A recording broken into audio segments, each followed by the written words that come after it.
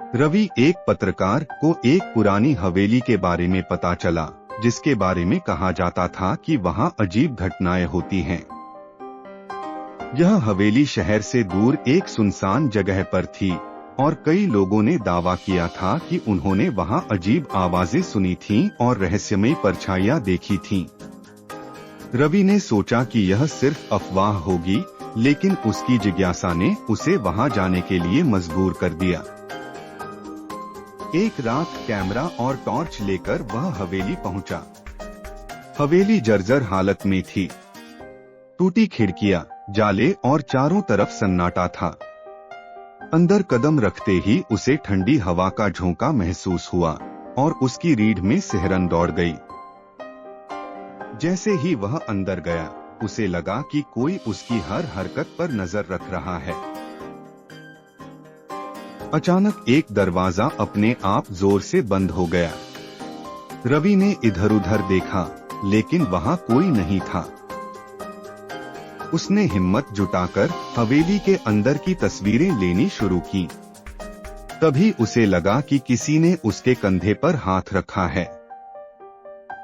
रवि घबराकर पलटा, लेकिन वहां कोई नहीं था। तभी उसे एक कोने में हलचल महसूस हुई। उसने कैमरा उठाया और तस्वीर खींची। जब उसने तस्वीर देखी तो उसका दिल तेजी से धड़कने लगा। तस्वीर में एक धुंधली परछाई दिखाई दे रही थी। अब उसे एहसास हुआ कि ये हवेली सच में भूतिया है। तभी एक औरत की धीमी आवाज सुनाई दी, चले जाओ यहाँ से। रवि का कलेजा मुंह को आ गया। उसने बिना देर किए दरवाजे की ओर दौड़ लगाई, लेकिन दरवाजा अपने आप बंद हो गया। घबराहट में उसने जोर से धक्का मारा और किसी तरह दरवाजा खुला। वह बाहर निकलकर तेजी से अपनी गाड़ी में बैठा और वहां से भाग गया।